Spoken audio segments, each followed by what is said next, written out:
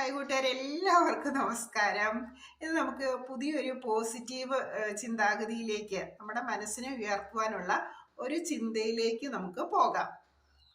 ഇത് നമ്മൾ എല്ലാവരും വിചാരിക്കും നമ്മൾ ഇന്ന് കഴിയുന്നതിനേക്കാൾ കൂടുതൽ സന്തോഷകരമായിട്ടും ഐശ്വര്യപൂർണമായിട്ടും സമാധാനത്തോടും സമ്പത്തോടും കൂടി നമുക്ക് നാളെ ജീവിക്കാൻ കഴിയണേ എന്നാണ് നമ്മൾ ഓരോ ദിവസവും നമ്മൾ പ്രാർത്ഥിക്കും, അല്ലെങ്കിൽ നമ്മൾ വിചാരിക്കും, അല്ലേ? പക്ഷെ പലപ്പോഴും എന്താ സംഭവിക്കുന്നത്? പലപ്പോഴും നമുക്ക് ഇന്നത്തെ ഈ കാൽ ദുഃഖം ചിലപ്പോൾ നമുക്ക് അടുത്ത ദിവസം സംഭവിക്കുന്നുണ്ട്, അല്ലേ? ഇപ്പൊ നമ്മൾ പറയുമോ, എനിക്കെന്നും എന്താണ് ഇങ്ങനെ കരയാൻ മാത്രം സമയമുള്ളൂ, അല്ലെങ്കിൽ ഇങ്ങനെ വിഷമിക്കാൻ മാത്രം സമയമുള്ളൂ എന്ന് പറഞ്ഞ് നമ്മൾ മറ്റുള്ളവരോട് നമ്മൾ പരിതാപം, നമ്മുടെ പരിഭവം പറയാറുണ്ട്, അല്ലേ? പക്ഷേ ഞാൻ എൻ്റെ അനുഭവത്തിൽ നിന്ന് പഠിച്ച കാര്യങ്ങളാണ് കൂട്ടുകാരുമായിട്ട് പങ്കുവയ്ക്കുന്നത്.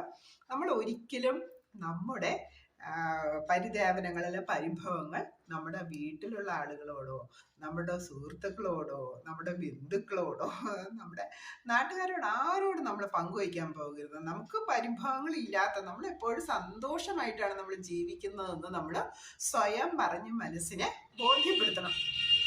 അപ്പം നമ്മൾ പറയും, നമ്മുടെ ജീവിതത്തിൽ ദുഃഖം വന്നാൽ, അല്ലെങ്കിൽ നമുക്ക് ദേഷ്യപ്പെടുന്ന സാഹചര്യം ഉണ്ടായാൽ, അല്ലെങ്കിൽ നമുക്ക് എന്തെങ്കിലും ദുഃഖകരമായിട്ടുള്ള ഒരു അനുഭവം ഉണ്ടാകണമെങ്കിൽ നമ്മൾ പറയും എന്താണ്, അവർ കാരണമല്ല. ഭാര്യ പറയും എന്താണ്, ഭർത്താവ് കാരണമാണ്. ഭർത്താവ് പറയും എന്താണ്, ഭാര്യയും മക്കളും കാരണമാണ്, അല്ലേ? അല്ലെങ്കിൽ നമ്മൾ പറയും നമ്മുടെ ബന്ധുക്കൾ കാരണമാണ്, അല്ലെങ്കിൽ നമ്മുടെ കൂട്ടുകാർ കാരണമാണ്, അല്ലെങ്കിൽ നമ്മുടെ നാട്ടുകാർ കാരണമാണ്.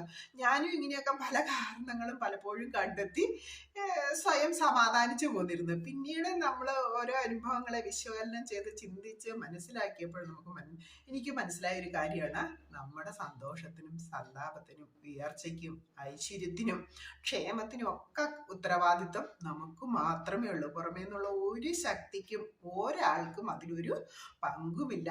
നമ്മൾ എങ്ങനെ പെരുമാറുന്നു, നമ്മുടെ ചുറ്റുപാടും സാഹചര്യങ്ങൾ മാറിക്കൊണ്ടിരിക്കുന്നത്. നമ്മൾ ഇപ്പൊ ഞാൻ ഈ സംസാരിച്ചുകൊണ്ടിരിക്കുന്ന ഈ ഒരു നിമിഷത്തെ സാഹചര്യം അല്ല, അടുത്തൊരു വാക്ക് ഞാൻ പറഞ്ഞ അടുത്തൊരു സെക്കൻഡിലേക്ക് പോകുമ്പോഴേക്കും സാഹചര്യം മാറി വരുന്നുണ്ട്. അപ്പൊ ആ സാഹചര്യത്തിന് നമ്മൾ അടിമപ്പെട്ടു പോകുന്നത്, നമ്മുടെ ചിന്തകള് സാഹചര്യത്തിന് അടിമപ്പെട്ടു പോകുന്നത് കൊണ്ടാണ് നമ്മുടെ ജീവിതത്തില് ദുഃഖങ്ങളും ബുദ്ധിമുട്ടുകളും വിഷമങ്ങളും ഒക്കെ വന്നു ചേരുന്നത്.